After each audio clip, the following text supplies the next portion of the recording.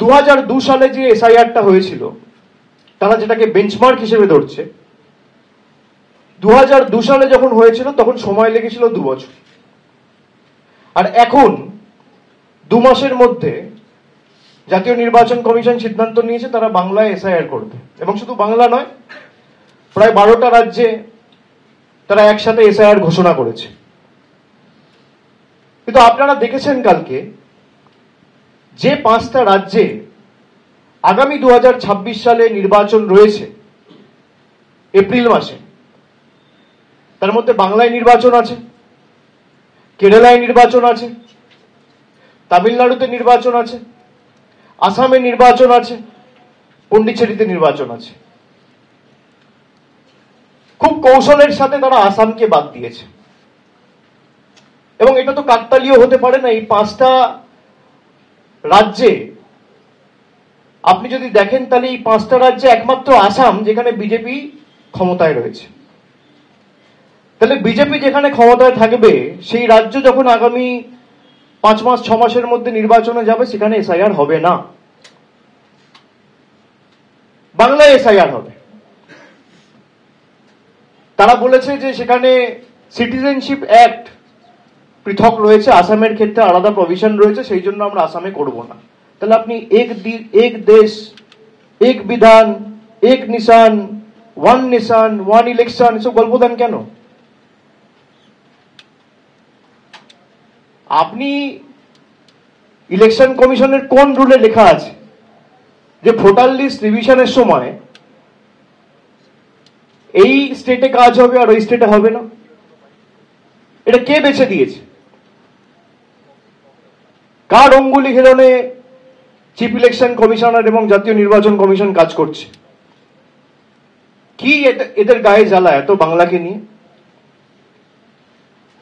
এটা তো কাকতালীয় হতে পারে না যে 5টা রাজ্যের মধ্যে একমাত্র আসাম একমাত্র রাজ্য যেখানে বিজেপির সরকার ক্ষমতায়, এবং সেখানে এসআইআর হবে না।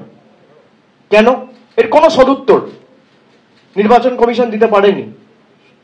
মিডিয়ার প্রতিনিধিরা ছিল, তারা অনেক প্রশ্ন করেছে, আমি তাদের স্যালুট জানাই।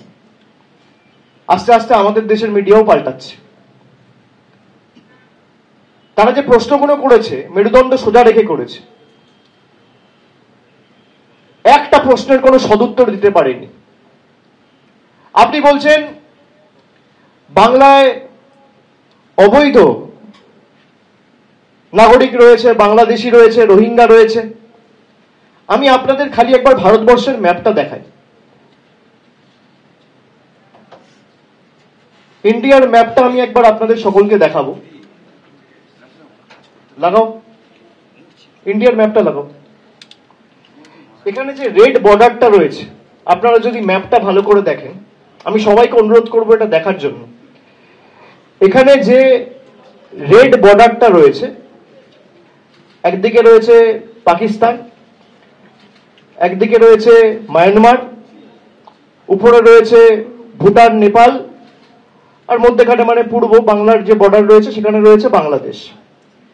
এবার আমি নর্থ ইস্টের যে স্পেসিফিক জায়গাটা রয়েছে, আমি সেখানে বলবো জুম করে আপনাদের সামনে বাংলাদেশ বর্ডার এবং মায়ানমার বর্ডারের পার্শ্ববর্তী যে দেশের রাজ্যগুলো রয়েছে সেগুলো একটু জুম করে আপনাদের দেখাতে।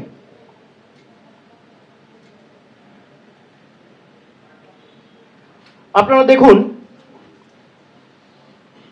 প্রথম যে ম্যাপটা আমি দেখালাম সেখান থেকে আমরা জুম ইন করে উত্তর পূর্বর দিকে গেলাম, এবং সেখানে আপনারা দেখছেন মধ্যখানে হলুদ রঙের যে ম্যাপটা রয়েছে সেটা বাংলাদেশের ম্যাপ।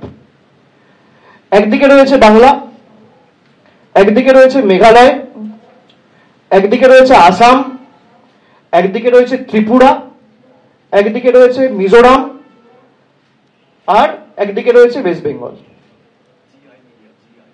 বাংলাদেশের যে বর্ডার, আপনি যদি বর্ডার টু বর্ডার দেখেন তাহলে বাংলাদেশের বর্ডার শেয়ার করছে 5টা রাজ্য, ওয়েস্ট বেঙ্গল, মেঘালয়, আসাম, ত্রিপুরা, মিজোরাম।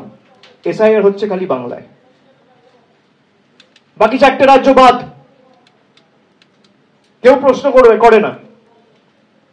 বাকি যে 4টে রাজ্য রয়েছে, আপনারা খবর করেননি যে 15 দিন আগে ত্রিপুরা থেকে 21 জন বাংলাদেশি ধরা পড়েছে? সংবাদ মাধ্যমের প্রতিনিধিরা খবর করেনি? অগস্ট মাসে, সেপ্টেম্বর মাসে আমার মনে আছে মায়ানমার থেকে আসামে রোহিঙ্গা ধরা পড়েছে। 5টা রাজ্য বর্ডার শেয়ার করছে বাংলাদেশের সাথে। আমি আবার বলছি, এই তথ্যটা অত্যন্ত গুরুত্বপূর্ণ।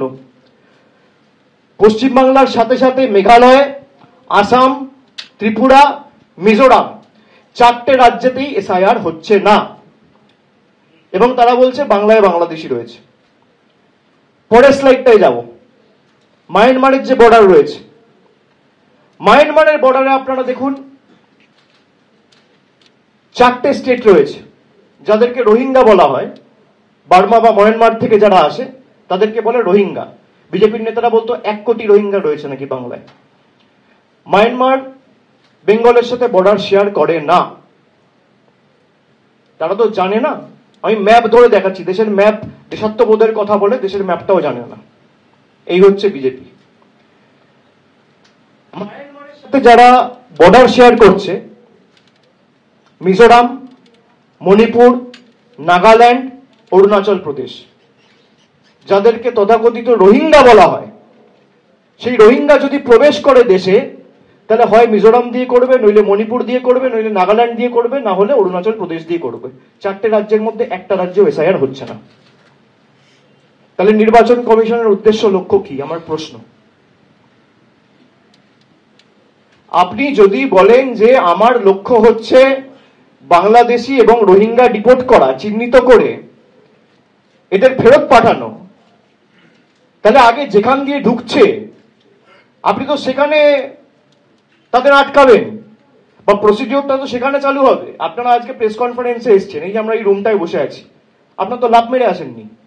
মেন গেট দিয়ে ঢুকেছেন, সিঁড়ি বেয়ে উঠেছেন, উঠে তারপর দরজা দিয়ে ঢুকে এই রুমে প্রবেশ করেছেন। একটা রোহিঙ্গাকে যদি বাংলায় আসতে হয়, তাহলে হয় সে মিজোরাম দিয়ে আসবে, নইলে মণিপুর দিয়ে আসবে, নইলে নাগাল্যান্ড দিয়ে আসবে, নইলে অরুণাচল প্রদেশ দিয়ে আসবে। তাহলে এই 4টে রাজ্য বাদ কেন? আমার প্রশ্ন, এর উত্তরগুলো তো ইলেকশন কমিশনকে দিতে হবে।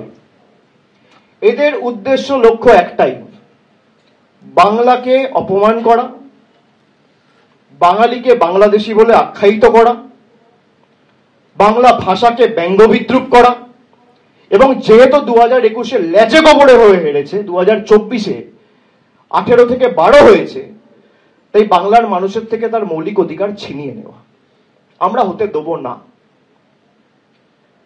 আমি আগেও যা বলেছি, আমি আজও তাই বলছি। একটা মানুষের যদি নাম বাদ যায়, একটা বৈধ ভোটারের যদি নাম বাদ যায়, বাংলা থেকে 1 লক্ষ লোক গিয়ে ইলেকশন কমিশনের অফিস ঘেরাও করবে। ক্ষমতা থাকলে অমিত শাহ দিল্লি পুলিশ আটকে দেখাক।